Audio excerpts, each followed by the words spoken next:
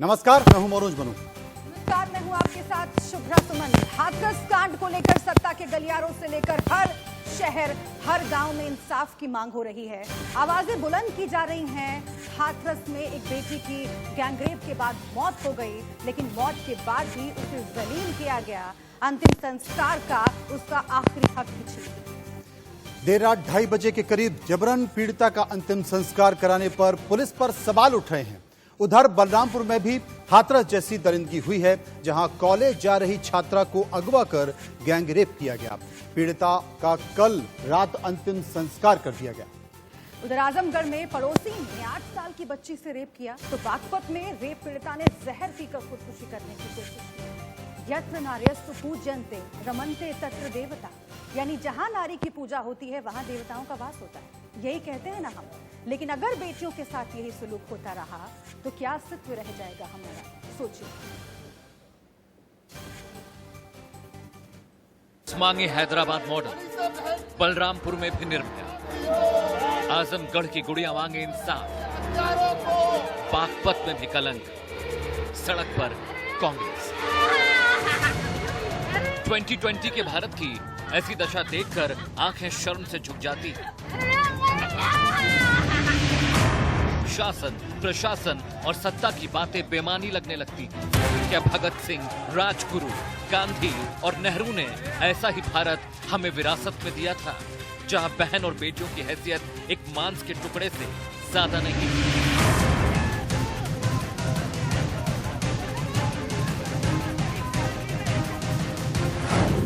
वसुधैव कुटुंबकम वाले देश में बेटियां महफूज नहीं।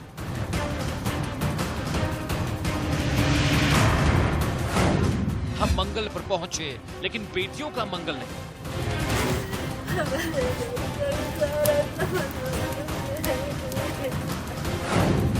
देवी दुर्गा के देश में हर 15 मिनट में होता है एक रेप।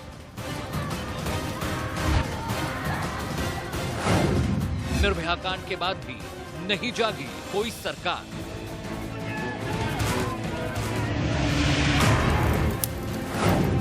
दिल्ली से लेकर हैदराबाद तक,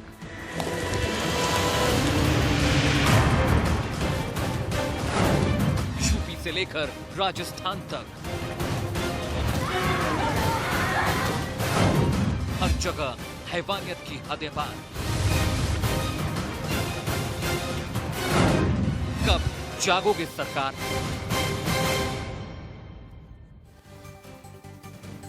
दिल्ली से लेकर हैदराबाद तक और यूपी से लेकर राजस्थान तक, आखिर किससे सवाल पूछें, किसे दोष दें, कितनी सरहदों पर निगहबानी करें?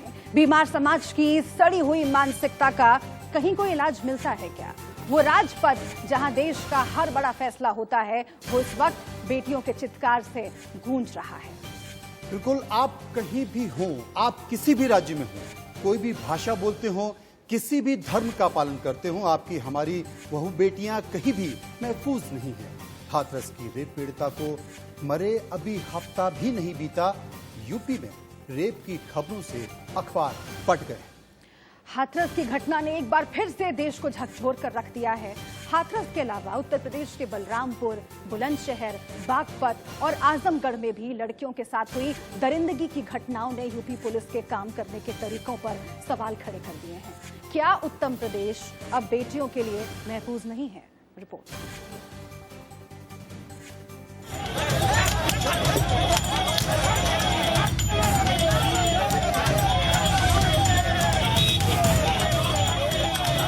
हम यहाँ किसी राजनीतिक पार्टी के एजेंडे को सही या गलत ठहराने की कोशिश नहीं कर रहे हैं, बल्कि वो सच दिखाने, बताने और समझाने की कोशिश कर रहे हैं, जिससे हमारा बीमार समाज ना देख पा रहा है और ना ही सुन पा रहा है।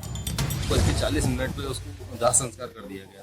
परिजनों को कुछ भी बताया नहीं गया, परिजनों को उसको दाह संस्कार करने के लिए साथ ले जाया नहीं गया। परिजनों का आरोप यह भी है कि उसकी जो चेहरा था वो भी उसे देखने नहीं दिया। कहीं न कहीं ये एक डाउट का हिंदू रीति रिवाज के अनुसार उसका जो अंतिम संस्कार था वो नहीं किया गया। जरा इस तस्वीर को देखिए और एक पल के लिए सोचिए कि उस माँ के दिल पर क्या गुजरी होगी जब केरोसिन के तेल से उसके जिगर के टुकड़े की लाश को आग के हवाले कर दिया गया होगा। कैसे सफर करे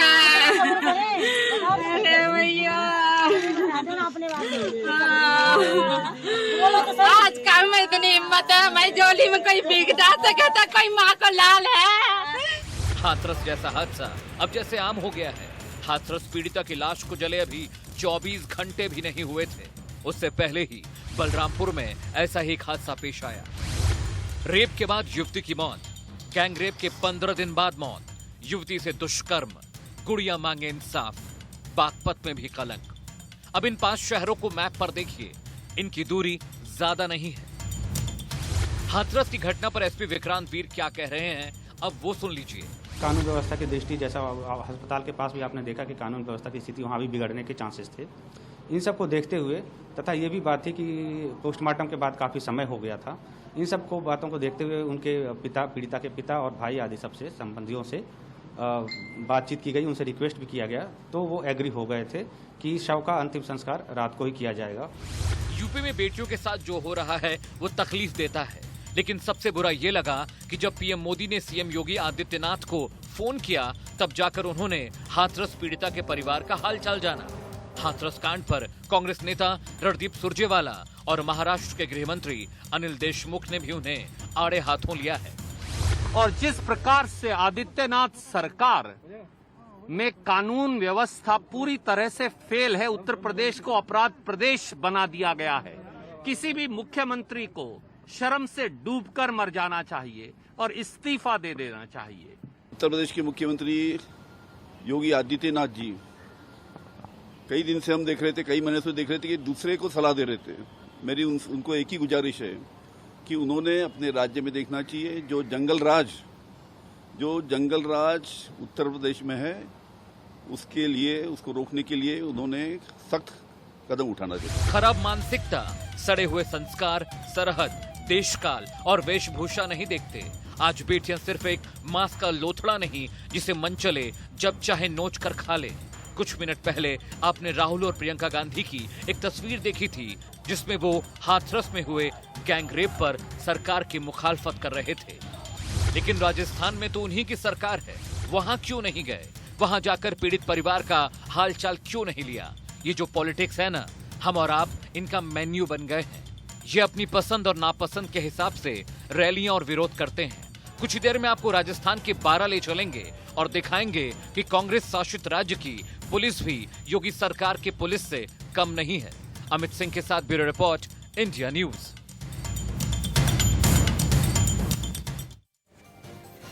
बात यहीं पर खत्म नहीं होती। हाथरस मामले में भले ही यूपी पुलिस ने खुद को पाक साफ बता रही हो, लेकिन परिवार के आरोपों ने उत्तर प्रदेश पुलिस को बेनकाब कर दिया है।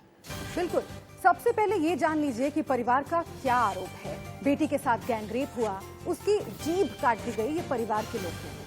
खुद बेटी ने भी ये कहा है। इसके साथ ही एफआईआर दर्ज करने में आनाकानी हुई, गिरफ्तारी में देरी हुई और इसके साथ ही गैंग रेप का जो आरोप विभत्स लगा है वो आप जानते हैं। और अक्सर जो सभी जगह होता है, पुलिस ने भी इन सभी आरोपों पर अपनी सफाई दी है। अब पुलिस की क्या दलील है उसको भी सुन लीजिए। गैंगरेप के सबूत नहीं मिले हैं, ये पुलिस कह रही है। जीभ नहीं कटी, ये बार बार दलील दी जा रही है। गर्दन की हड्डी टूटी, तुरंत कार्रवाई हुई, सारे आरोपी गिरफ्तार हो गए। गैंगरेप के सबूत नहीं है, ये तमाम बातें पुलिस की तरफ से। और इस बीच आपको बता दें कि हमारे 3 संवाददाता अलग अलग इलाकों से हमारे साथ जुड़े हुए हैं। उत्तर प्रदेश की अलग अलग जगहों से हम आप तक ग्राउंड रिपोर्ट पहुंचाएंगे। हाथरस से सुमित दुबे हमारे साथ हैं, बुलंदशहर से अरविंद चतुर्वेदी जुड़ रहे हैं और राजस्थान के 12 से, जहां से रेप की घटना आई है, मनु शर्मा हमारे साथ जुड़ रहे हैं। मनु जी, बिल्कुल, तमाम बातों के साथ साथ एक बात हमने देखी है कि चाहे सड़क हो या संसद हो, बहस इस मसले पर चलती है, लेकिन निर्णय निकल कर नहीं आ पाता कि आखिर करे तो क्या करें। और जिम्मेदारी सरकार की भी होती है, लेकिन समाज भी उतना ही जिम्मेदार है। तमाम बातों के साथ साथ हम अपने संवाददाताओं के पास चलेंगे, उनसे बातचीत करेंगे। सुमित हमारे संवाददाता इस वक्त हमारे साथ मौजूद हैं। सुमित, सबसे पहले मैं आपसे ये पूछना चाहता हूं कि भले ही सरकार कुछ कह रही हो, सरकार अपनी तरफ से कुछ भी तथ्य रख रही हो, प्रशासन अपनी तरफ से कोई भी बात कह रहा हो, लेकिन वहां के लोग, वहां की हकीकत क्या है?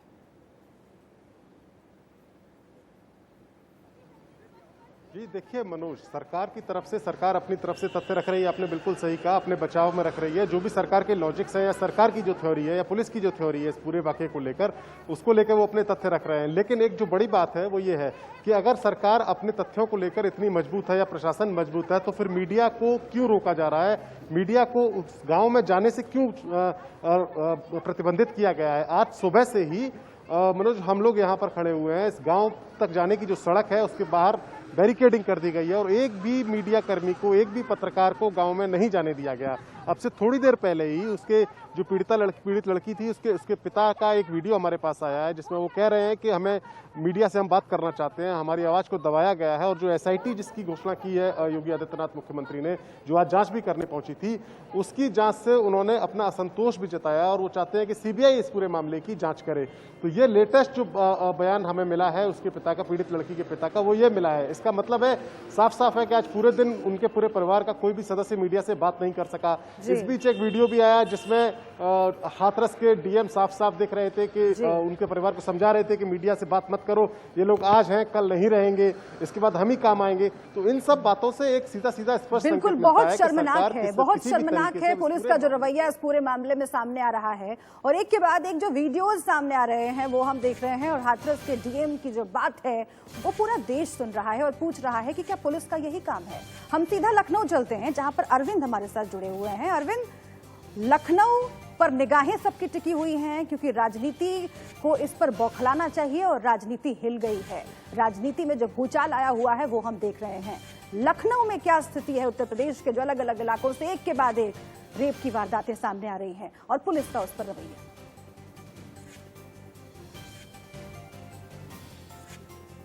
मुख्यमंत्री लगातार इस बात को लेकर अपने बड़े अधिकारियों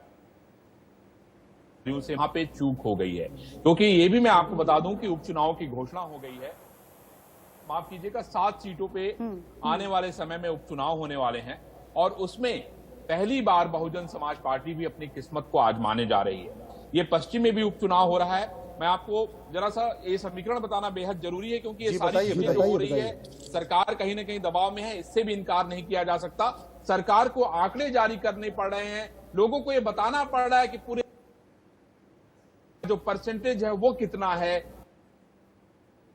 तो आप समझ सकते हैं कि किस तरीके का दबाव है, किस तरह का प्रेशर है, इससे कतई इनकार नहीं किया जा सकता। मैं आपको पहले राजनीतिक जो है समीकरण बताता हूं कि राजनीति इस समय क्या कह रही है, उसके बाद मैं आपको बताऊंगा कि आखिर ये घटना कैसे आगे बढ़ गई और सरकार आज बैकफुट पे क्यों है। आपको मैं बता दूं कि जिन सीटों पे चुनाव होना है उसमें यूपी की टुंडला, फिरोजाबाद की, बुलंदशहर से नौगांवा, सादात की, नौगांवा, सादात, अमरोहा नगर की, बागरमऊ, उन्नाव की, ये और ईस्ट यूपी की मलहनी जो है, जौनपुर, देवरिया, सदर बीच में शामिल है। तो आप समझ सकते हैं कि इन सीटों पे जो चुनाव होगा उसका बहुत बड़ा संदेश 2022 के लिए जाएगा। और शायद एक सवाल और उठ रहा है अरविंद, यहाँ पर एक सवाल और उठ रहा है कि क्या जो फोटो अपॉर्चुनिटी की बात बार बार हो रही है, आज कांग्रेस का जिस तरीके से प्रदर्शन हुआ और जैसे प्रियंका राहुल को रोका गया, हिरासत में लिया गया, अब सवाल पूछा जा रहा है कि मुझे लगता है कि आप मुझसे सहमत होंगे मनोज जी कि जितनी सियासत इस पर हो रही है और आरोप लगाया जा रहा है कि कांग्रेस पार्टी इस पर एज लेने की कोशिश कर रही है, न सरकार और पुलिस रोकने की कोशिश करती कांग्रेस के नेताओं को और ना ये एज मिलती। मुझे लगता है कि शायद अरविंद जो बताना चाह रहे हैं वो यही बताना चाह रहे हैं कि एक तो उत्तर प्रदेश, दूसरा दलित लड़की, और दलित लड़की में भी जहां पर भी उत्तर प्रदेश में बाय इलेक्शन होने वाले हैं, उपचुनाव होने वाले हैं, वहां पर दलित मतदाताओं की संख्या अच्छी खासी है। और शायद यही कारण है कि मायावती ने आज अपने तल्ख तेवर दिखाए हैं और यही कारण है कि पहली बार, अरविंद शायद सहमत होंगे, पहली बार बहुजन समाज पार्टी अपने सिंबल पर उपचुनाव लड़ने जा रही है। अरविंद, बहुजन समाज पार्टी अपने लोगों को ये कह रही है कि नहीं, हम उपचुनाव आपको लड़ाएंगे और उसका जो असर होगा, उसका जो मैसेज होगा वो बहुत बड़ा मैसेज होगा। मनोज, मैं आपको बताना चाहता हूं कि पीछे की कहानी क्या है। आप देखिए, 14 तारीख को ये घटना हुई है। इस घटना के होने के बाद इस पूरे मामले को दबाने की कोशिश की जाती है वहां के कप्तान और डीएम की तरफ से। कहा धीरे धीरे ये मामला आगे बढ़ता है,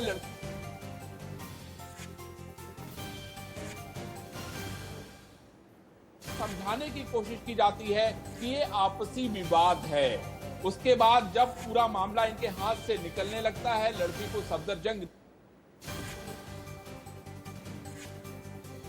पर को सारी चीजें बाहर आने लगती है, चीजें मीडिया में जाने लगती है और उसका परिणाम ये होता है कि ये पूरी की पूरी सरकार जो है कहीं ना कहीं बैकफुट पे नजर आने लगती है। इसमें कोई शक नहीं है कि मुख्यमंत्री के काम को लेके या उनकी मॉनिटरिंग को लेके सवाल नहीं है, लेकिन सवाल इस बात का है कि जो नीचे के अधिकारी हैं उन लोगों ने पूरे किया है और सारे लोगों को। उत्तर प्रदेश की पुलिस पर आज पूरा देश सवाल पूछ रहा है अरविंद, और उस पर मैं आपसे जानना चाहती हूँ, क्योंकि सरकार की जो भूमिका है और अलग अलग स्टेट्स में जो हो रहा है, हम लगातार दर्शकों को बता रहे हैं, किसी एक प्रदेश की हम बात नहीं कर रहे हैं, बल्कि पूरे देश में जिस तरीके से महिलाओं के ऊपर अत्याचार हो रहा है और मामले सामने आ रहे हैं, वो किसी से छुपा हुआ नहीं है। लेकिन आधी रात को शव जला देना, आधी रात को जिस तरह से पुलिस का पूरा रवैया देखा गया, क्या उसने एक मौका दे दिया है विपक्ष को राजनीति करने का, विपक्ष को निशाना साधने का, और जिन चुनावों की आप बात कर रहे हैं उस पर कितना असर पड़ सकता है इस पूरे घटनाक्रम का? क्योंकि आज सवाल पूछ रहा है पूरा हिंदुस्तान कि उत्तर प्रदेश में बेटियां सुरक्षित क्यों नहीं है। आपको स्पष्ट करना चाहता हूं कि जो बड़े आला अफसर हैं, एडीजी, आईजी, डीआईजी, ये लोग मौके से नदारद थे। जब पूरा मामला बिगड़ गया तब जाके इन लोगों को होश आया कि हमें इस पूरे मामले में क्या करना चाहिए। मामला इनके हाथ से निकल चुका था और मैं आपको बता दूं कि ऊपर के जो लोग हैं उसको डैमेज कंट्रोल करने में लग गए। तब तक इतनी देर हो चुकी थी कि उसमें जो है बहुत सारी बातें हाथ से निकल गई। देखिए, इसमें कतई इस बात से इनकार नहीं किया जा सकता है कि इन सारी बातों का असर उपचुनाव पे पड़ेगा, चाहे इसको लेके कोई कुछ भी कहे। समाजवादी पार्टी, ये बहुत सही बात कही आपने अरविंद की, मामला हाथ से निकल गया, इसे बचाया जा सकता था, लेकिन रफा दफा करने की कोशिश जो पुलिस करने लगी और जैसा डीएम का बयान सामने आया वो तो बहुत शर्मनाक है, उसकी कोई सफाई, कोई जस्टिफिकेशन नहीं हो सकता। आप लोग बने रहिएगा हमारे साथ, फिर से लौटेंगे आपके पास और हाथरस भी जाएंगे जहां पर ग्राउंड रिपोर्ट जानना बहुत जरूरी है। लेकिन इस पूरे मामले में उत्तर प्रदेश की जो पुलिस है उसकी लापरवाही खुलकर सामने आई है और इसीलिए हम आपको कुछ आंकड़े दिखाना चाहते हैं। यूपी पुलिस की इस कारस्तानी के बाद कई अहम सवाल खड़े हो रहे हैं। बिल्कुल, मसलन क्या हाथरस की निर्भया को इंसाफ मिलेगा, ये अपने आप में बड़ा सवाल है। पीड़िता के अंतिम संस्कार में क्यों जल्दबाजी की गई? क्या राजनीतिक बवाल के चलते अंतिम संस्कार किया गया, जिसे लोग गलत कह रहे हैं? बिल्कुल, परिवार की मंजूरी के बगैर अंतिम संस्कार हुआ और आखिर ये क्यों हुआ? परिवार की जगह पुलिस ने क्यों चिता में आग लगाई? पीड़िता को गरिमापूर्ण अंतिम संस्कार का अधिकार था, उससे क्यों वंचित किया गया? और तमाम बातों के साथ साथ बहुत सारे और भी सवाल हैं, बहुत सारी चर्चा और भी है। हाथरस गैंगरेप को लेकर तमाम तरह की चर्चा चल रही है, इस बात को लेकर भी चल रही है कि क्या आखिर जो राज्य सरकारें अपनी सरकारी योजनाओं में बेटी बचाओ बेटी पढ़ाओ का जिक्र करती हैं, क्या वाकई उन प्रदेशों में बेटी बची हुई है, बेटियों की रक्षा हो पा रही है? हम कन्याओं को पूछते तो हैं, लेकिन क्या वाकई उतना मान सम्मान देते हैं या नहीं देते हैं? यह भी अपने आप में बड़ा सवाल है। और सबसे बड़ा सवाल है, यह किसी एक राज्य की बात नहीं है, बल्कि पूरे देश में एनसीआरबी के आंकड़े ये कहते हैं कि हर राज्य में करीब करीब वही स्थिति है और यही कारण है कि हाथरस पर चर्चा पूरे देश में हो रही है। हाथरस गैंगरेप पर पीड़िता की पोस्टमार्टम रिपोर्ट को लेकर भी तमाम सवाल उठाए जा रहे हैं। चर्चा ये चल रही है कि क्या उसमें भी कहीं कोई दबाव तो नहीं? बिल्कुल, और इस पर हम बात करें इससे पहले फिर से एक बार अपने संवाददाताओं का हम रुख कर लेते हैं। सुमित हमारे साथ जुड़े हुए हैं। सुमित, ग्राउंड रिपोर्ट जानना बहुत जरूरी है कि आखिर जमीन पर क्या हो रहा है, और जो पीड़िता के परिवार वाले हैं उनका रोना बिलखना हमने देखा है, कैसे उनकी आंखों के सामने उनकी बेटी की चिता को आग लगा दी गई, उनका कंसेंट तक नहीं लिया गया। अब जब बीत गया ये सब कुछ, क्या कह रहे हैं परिवार वाले? और अभी भी उनको डराने धमकाने की कोशिश हो रही है। अगर ये कहा जा रहा है कि मीडिया की मौजूदगी की वजह से हम यहाँ पर हैं, आप अपने बयान जो दे रहे हैं वो सोच समझ कर दीजिएगा, कल को मीडिया नहीं रहेगी, क्या इसका मतलब ये निकाला जाए कि मीडिया अगर नहीं रहे तो न जाने किस दिशा में पुलिस इस पूरे केस को लेकर चली जाए? जी हाँ, बिल्कुल शुभ्रा, और जो अगर हम इस पूरे वाकये को देखते हैं, शुरू से अगर हम देखें तो पुलिस और प्रशासन के सामने समस्या यही रही है कि पुलिस ने इस पूरे केस को जिस तरीके से पेश किया, या पुलिस का अपना जो पक्ष है वो उन्होंने जैसे अपना प्रस्तुत किया, वो पुलिस अपना पक्ष रखने की कोशिश करती है, लेकिन उसके तुरंत बाद ही उनके परिवार वालों की तरफ से कोई ना कोई ऐसा बयान आता है जिससे पुलिस की पूरी थ्योरी जो है खत्म हो जाती है। जैसे जो आधी रात को जो अंतिम संस्कार हुआ था, उसके बाद पुलिस की तरफ से कहा गया कि इसमें लड़की के पिता और लड़की के भाई की सहमति थी, लेकिन दूसरे ही दिन जब रात को मीडिया ने मसला उठाया और दूसरे दिन उसके पिता और भाई का बयान दिया गया कि हमारी कोई सहमति नहीं थी, लड़की की मां का कहना था कि मुझे तो चेहरा भी नहीं देखने दिया गया। तो जितनी ज्यादा किरकिरी पुलिस की इस पूरे वाकये में इस घटना के साथ हुई, जो अंतिम संस्कार करने वाली बात थी, तो उसने पुलिस को बहुत ज्यादा किरकिरी कराई। सुमित, आपको रोकना चाहता हूं, यहाँ पर सहमति और असहमति की बात बाद में आती है, लेकिन सबसे बड़ा सवाल है कि जब शव को पुलिस गांव लेकर पहुंची और पीड़िता की मां ने कहा कि मुझे उसका चेहरा देखने दीजिए, तो वहां पर वैन को रोका क्यों नहीं गया? वहां पर गांव वालों के तमाम याचना करने के बाद, उनके रिक्वेस्ट करने के बाद उसका चेहरा क्यों नहीं देखने दिया? सीधी गाड़ी को वहां से क्यों दौड़ा लिया? बिल्कुल, और हमने देखा कि कैसे एम्बुलेंस के सामने बैठकर पीड़िता की मां रो रही थी, बिलख रही थी, उनकी बात नहीं सुनी गई। और आप जवाब दीजिएगा सुमित, एक और सवाल मैं ऐड कर देती हूँ, एसआईटी की जो जांच चल रही है उसको लेकर के भी अपडेट जरा कीजिएगा, क्योंकि पीड़ित के परिवार से बातचीत हुई है। अब वो जांच कहां तक पहुंची है और क्या हम उम्मीद करें? जो भरोसा उत्तर प्रदेश की सरकार जता रही है, और योगी आदित्यनाथ ने भी ट्वीट किया कि हम सजा देंगे आरोपियों को, हम सजा देंगे दोषियों को, ताकि कोई आगे ऐसा फिर से एक बात नहीं कर सके। वो जांच किस दिशा में बढ़ रही है? जी देखिए, योगी आदित्यनाथ की सरकार भले ही भरोसा जता रही हो कि एसआईटी की जांच के जरिए हम अपराधियों को सजा देंगे, लेकिन उसके परिवार का जो हाल है, उसके परिवार के उनके पिताजी का जो एक लेटेस्ट वीडियो हमारे पास आया है, क्योंकि डायरेक्ट हमारी बात नहीं हो पा रही है, हमें जाने की इजाजत नहीं है, लेकिन जो लेटेस्ट उनकी तरफ से जो वीडियो आया है, जिसमें साफ साफ वो कह रहे हैं कि वो चाहते हैं कि एक सुप्रीम कोर्ट की तरफ से कोई कमेटी बने या सीबीआई उसकी जांच करे। स्पष्ट है कि इस तरीके से जो आज पूरे दिन एसआईटी के 3 अधिकारी, उच्च अधिकारी यहाँ पर रहे, जो बातचीत हुई होगी, हम लोग उस बातचीत में शामिल नहीं थे। पुलिस की भूमिका बहुत संदिग्ध है, और उस पर लगातार मनोज हम बता भी रहे हैं दर्शकों को, और ये जानना चाहिए, समझना चाहिए हमें कि आखिर पुलिस बचाने के लिए होती है आम जनता को, न कि आरोपियों का साथ देने के लिए। बिल्कुल बिल्कुल, और जिस तरीके से इसमें तमाम राजनीतिक पार्टियां राजनीति कर रहे हैं, हमारे सहयोगी मनु हमारे साथ खड़े हुए हैं और उनके पास भी आएंगे, समझने की कोशिश करेंगे, क्योंकि ये किसी एक राज्य की बात नहीं है, ये बात उत्तर प्रदेश पर खत्म नहीं होती है, ये बात राजस्थान के पास भी जाती है, छत्तीसगढ़ के पास भी जाती है, जहां पर की कांग्रेस की सरकारें हैं, वहां से भी इसी तरह की दर्दनाक तस्वीरें निकल कर आई। ब्रेक के बाद स्वागत है। हम चर्चा इस बात को लेकर कर रहे हैं कि आखिर देश में ये हो क्या रहा है, क्योंकि पूरे देश में चर्चा इस बात को लेकर हो रही है, क्या हमारे घर में बेटियां सुरक्षित रहेंगी? हम नारे तो देते हैं, हम सरकारी आंकड़ों में चर्चा तो इस बात की करते हैं, क्या लेकिन वाकई बेटियों को सुरक्षित रखते हैं? यूपी से लेकर राजस्थान तक इस वक्त सिर्फ एक खबर सुर्खियों में है, और वो है बेटी और बहनों के साथ बदसलूकी। जो कांग्रेस हाथरस गैंगरेप को लेकर बीजेपी को पानी पी पी कर कोस रही है, उसे अपने गिरेवा में भी एक बार झांकना जरूर चाहिए। जो यूपी में हुआ, वैसा ही हादसे की शिकार तो 12 जिले की बेटियां भी हुई। बिल्कुल, राजस्थान के 12 में 2 नाबालिग बहनों के साथ गैंगरेप किया गया। आरोपी पहले दोनों लड़कियों को बहला फुसलाकर अपने साथ ले गए थे।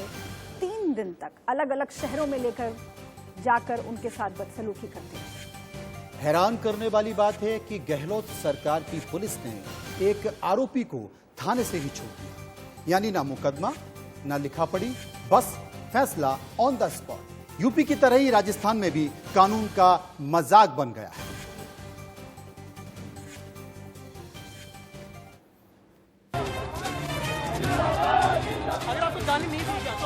नहीं, हम तो पैदल जा रहे हैं। राहुल गांधी और प्रियंका जिस शिद्दत से हाथरस पीड़िता के लिए आवाज बुलंद कर रहे हैं, उतनी ही ताकत और ऊर्जा के साथ उन्होंने राजस्थान के 12 जिले में हुए हादसे के लिए आवाज क्यों नहीं उठाई?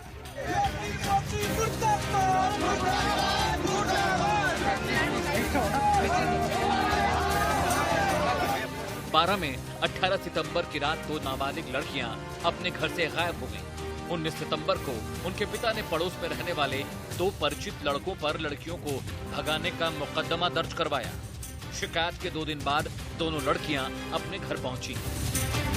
मतलब ऐसे बोला था, अगर पुलिस वाला थाने में खोल दिया तो तुम्हें तुम्हारे भाई और कहाँ भी मिलेंगे, तुमको मार देंगे, उठवा लेंगे। उधर प्रियंका और राहुल गांधी के हाथरस दौरे पर यूपी के मंत्री सिद्धार्थनाथ सिंह ने निशाना साधा है।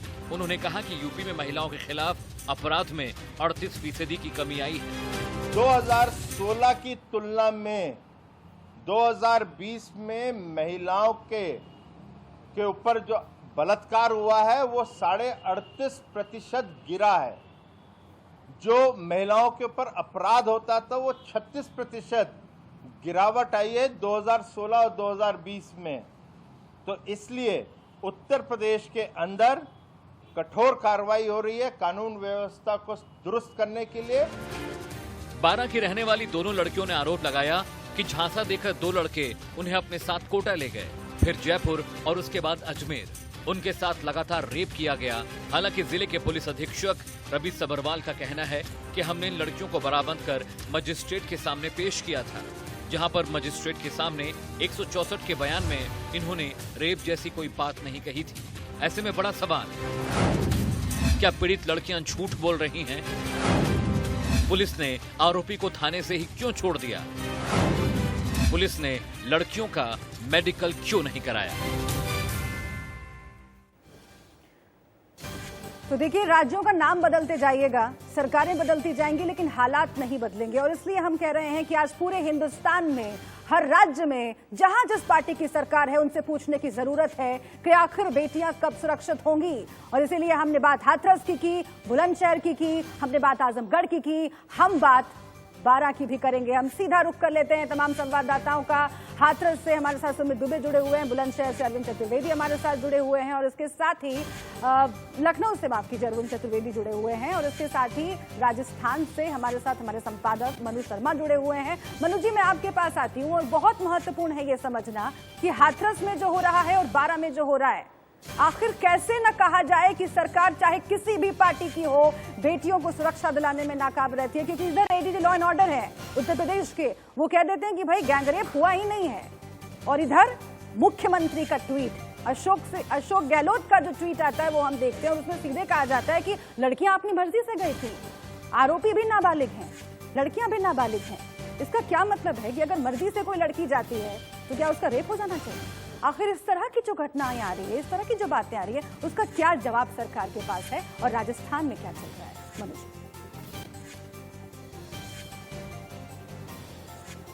देखिए सुब्रा, बताना चाहेंगे, बिल्कुल सही कह रहे हैं आप कि जो राजस्थान के अंदर जो कानून व्यवस्था की जिम्मेदारी है वो खुद मुख्यमंत्री अशोक गहलोत ने ले रखी है। जो खुद मुख्यमंत्री है उन्हीं के पास में गृह मंत्री का भी चार्ज है। अगर पिछले 24 घंटे की बात की जाए तो राजधानी जयपुर में 4 इस तरह के मामले आ चुके हैं, जिसके अंदर बच्चियों का मामला भी शामिल है, तो महिलाओं का मामला भी शामिल है, जहां दुराचार और दुष्कर्म की घटनाएं सामने आई है।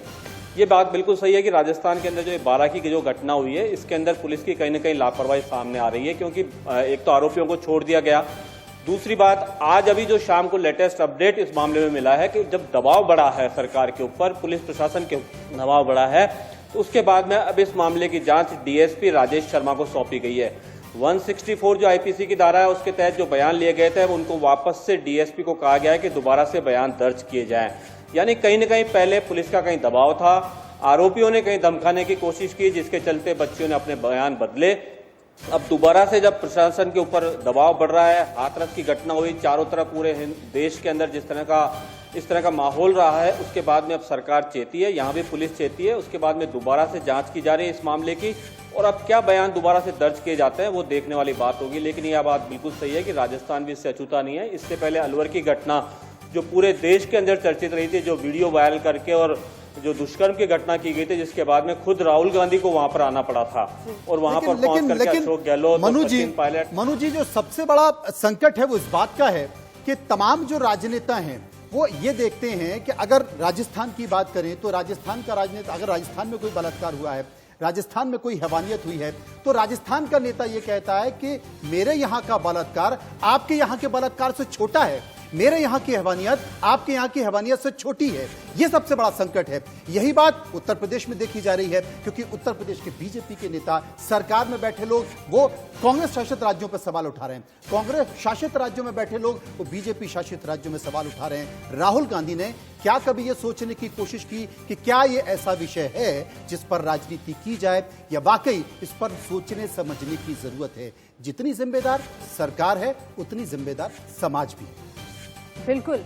मेरा रेप और तेरा रेप, मेरा स्टेट तुम्हारा स्टेट, ये हो रहा है। इन सब के बीच हम सुमित दुबे का रुख कर लेते हैं, हाथरस से लगातार हमारे साथ जुड़े हुए हैं। और सुमित, जो बात अभी मनोज जी कह रहे हैं बहुत महत्वपूर्ण है कि चाहे कहीं की भी सरकार हो, देखिए ना आंकड़े गिनवाए जा रहे हैं और ये कहा जा रहा है कि आपके यहाँ जो रेप हुआ है वो हमारे यहाँ के रेप से ज्यादा विभत्स है। अब इससे बड़ी विडंबना देश के लिए क्या हो सकती है? उस देश में जहां पर लड़कियों को पूजा जाता है, माता का देवी का दर्जा दिया जाता है, वहां पर इस तरह से बहाने बना रही हैं सरकारें। हाथरस में आज पीड़ित परिवार के लिए जो लोग खड़े हुए हैं वो क्या कह रहे हैं, क्योंकि लगातार वहां से आप रिपोर्ट कर रहे हैं और लोग मांग करते हैं कि भाई पुलिस आए।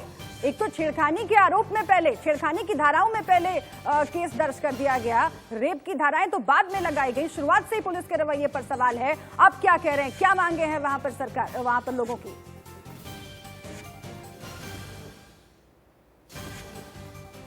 लोगों का ये मानना है, देखिए ये एक बेसिक बात है कि रेप एक ऐसी चीज है जिसको रोकना शायद किसी भी सरकार के लिए, किसी भी पुलिस के लिए पूरी तरह से असंभव रहता है। लेकिन पुलिस की जो सबसे बड़ी ड्यूटी होती है वो ये होती है कि अगर ऐसी कोई घटना होती है तो उस पर इतनी त्वरित कार्रवाई की जाए कि वो एक मिसाल बने और आगे कोई ऐसे इस घटना को करने का दुस्साहस ना कर सके। ऐसे में यहाँ के जो लोकल लोग हैं उनसे जो हमारी बातचीत हुई, उनका यही मानना है कि अब चूंकि ये घटना सामने आई है और पुलिस का रवैया जो शुरुआत में जो ढीला था, लेकिन जब मीडिया में बात गई, इतनी बात बड़ी बनी, पूरे देश भर में इसकी चर्चा होने लगी, दुनिया में इसकी चर्चा होने लगी, तब जाके पुलिस और सरकार एक्शन में आई। तो क्यों ऐसा नहीं होता है कि जब पहली बार में ही जब इस तरह की घटना रिपोर्ट होती है, रेप तो बहुत बड़ी बात हो गई, जब छेड़खानी जैसी बात है, जो भी महिलाओं के अगेंस्ट जो क्राइम होता है, वो जब शुरुआत में ही जब रिपोर्ट होती है तो तब उस पर क्यों नहीं इतना त्वरित कार्रवाई की जाती, ताकि जो इस तरह की कार्रवाई, इस तरह के अपराध करने वाले लोग हैं उनके हौसले पस्त हो जाएं।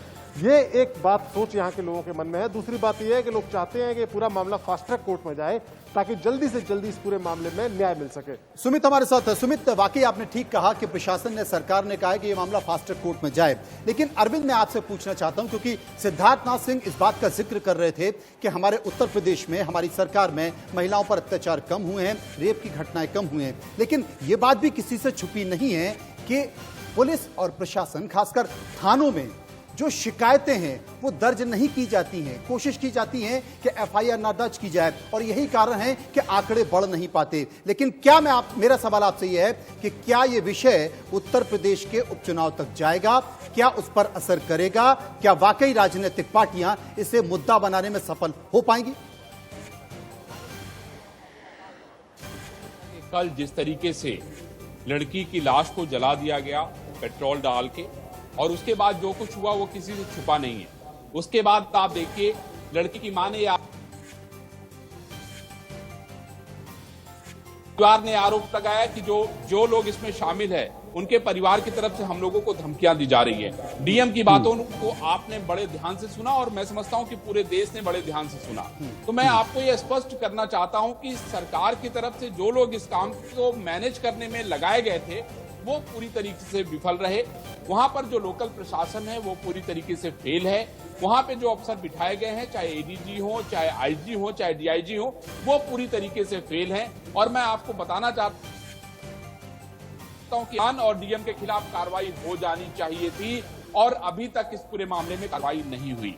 इस बात को हमें समझना होगा कि एक लड़की के साथ रेप हुआ है, नहीं हुआ है, विसरा रिपोर्ट आई है, नहीं आई है, उसकी जीभ कटी है कि उस लड़की ने कहा है, उसके परिवार ने कहा है, उस लड़की की मौत हो गई है, ये दुनिया देख रही है। ये बड़ा सवाल है। मुझे लगता है अरविंद जिस बात का जिक्र कर रहे हैं कि पुलिस कुछ और कह रही है, प्रशासन कुछ और कह रहा है, परिवार के लोग कुछ और कह रहे हैं, लेकिन यकीन मानने को तैयार नहीं। तमाम जो लोग हैं मनोज जी, अगर हम उनको सुने तो उनके बयान में एक तार जुड़ा हुआ है। वो तमाम लोग, चाहे वो भाई से पूछ लीजिए, माँ से पूछ लीजिए, पिता से पूछ लीजिए, वो तमाम लोग एक ऐसे सूत्र में बंध के बात कर रहे हैं जिससे इनकार करना मुश्किल हो जाता है। लेकिन अरविंद, मेरा सवाल ये है कि इधर एडीजी लॉ एंड ऑर्डर है, वो कोई और राग अलाप रहे हैं, पहले दिन से पुलिस कोई और राग अलाप रही है और ऐसा लग रहा है कि एक खास एजेंडा लेकर पुलिस चल रही है। अगर गैंगरेप से इनकार करने की कोशिश पुलिस कर रही है, पीड़िता का बयान हम सुन रहे हैं जो कि पब्लिक डोमेन में है, क्या उसे डाइंग एविडेंस की तरह नहीं देखा जाए? डाइंग स्टेटमेंट अगर सामने है, फिर भी उसके बाद ये कहा जा रहा है एडीजी लॉ एंड ऑर्डर की तरफ से, तो क्या माना जाए? क्योंकि आप कह रहे हैं कि अब पुलिस पर कार्रवाई अब तक होनी चाहिए थी, उन अधिकारियों पर कार्रवाई होनी चाहिए थी जिन्होंने घालमेल करने की, रफा दफा करने की कोशिश की है। क्या उत्तर प्रदेश की सरकार की साख पर और बट्टा लगता जाएगा जैसे जैसे ये बयान आते चले जाएंगे? हूं, अगर आप पोस्टमार्टम की रिपोर्ट को ध्यान से पढ़ें तो उसमें पेनिट्रेशन शब्द है। सवाल यह है कि विसरा रिपोर्ट में अगर स्पर्म नहीं है, जिसको ये मान रहे हैं कि नहीं रेप नहीं हुआ है और इसको ये बहुत बड़ा रिलीफ मान रहे हैं, तो ये गलतफहमी है। मैं आपको ये बताना चाहता हूं कि फिलहाल जो स्थिति है वो भयावह है और फिलहाल पूरी की पूरी सरकार इसको डैमेज कंट्रोल में जुटी हुई है। इस बात को हमें समझना होगा। और मैं आपको ये भी बता दूं कि अभी तक न तो डीएम के खिलाफ कार्रवाई की गई और न वहां के कप्तान के खिलाफ कार्रवाई की गई। वहां के एडीजी, वहां के आईजी, वहां के डीआईजी अगर मौके पे होते तो शायद इतना बड़ा हादसा, जो कि पेट्रोल डाल के लड़की को जला दिया जाना, जिसको आज पूरा देश और दुनिया देख रही है, शायद नहीं होता। हमें ये समझना होगा और लोगों को भी ये समझना चाहिए। वाकई समझना होगा। और हमने देखा कि खुद हमें हमारे संपादक बनू बता रहे थे कि किस तरीके से उत्तर प्रदेश में चर्चा चल रही है, मुद्दे पर चर्चा चल रही है, लेकिन राजस्थान में भी उसका असर साफ तौर पर देखा जा रहा है। और सबसे बड़ा सवाल है कि तमाम कांग्रेस के लोगों ने, राहुल गांधी ने, प्रियंका गांधी ने इस्तीफे की मांग की, लेकिन राजस्थान में गृह मंत्रालय तो गहलोत के पास है। बिल्कुल सही कह रहे हैं आप, और इसीलिए हम सवाल पूछ रहे हैं कि क्या सिर्फ सियासत हो रही है और एक बेटी का जो हश्र हुआ है वो हम देख रहे हैं, और अलग अलग राज्यों में यही हालात है। ये हालात बदलते नहीं हैं, सिर्फ बदलती हैं तो सरकारें, और जब तक कुछ नहीं बदलेगा तब तक हम सवाल ऐसे ही पूछते रहेंगे और हर बेटी का दर्द हम बयां करते रहेंगे। इसी के